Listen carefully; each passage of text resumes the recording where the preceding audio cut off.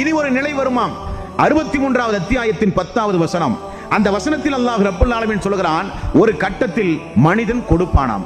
ஒரு கட்டத்தில் இந்த கஞ்சத்தனம் உடையவர்கள், ஜக்காத்து கொடுக்காதவர்கள், தர்மம் கொடுக்காதவர்கள், அல்லாஹ்வுடைய பாதையிலே செலவு செய்யாமல் கருமித்தனத்தோடு கஞ்சத்தனத்தோடு ஆடம்பரத்திற்கும் அநியாயத்திற்கும் செலவு செய்த உலகத்திலே வாழ்ந்த ஒரு மனிதன் ஒரு கட்டத்தில் அல்லாஹ்வே இதோ நான் தருகிறேன் என்று சொல்லுவானாம்.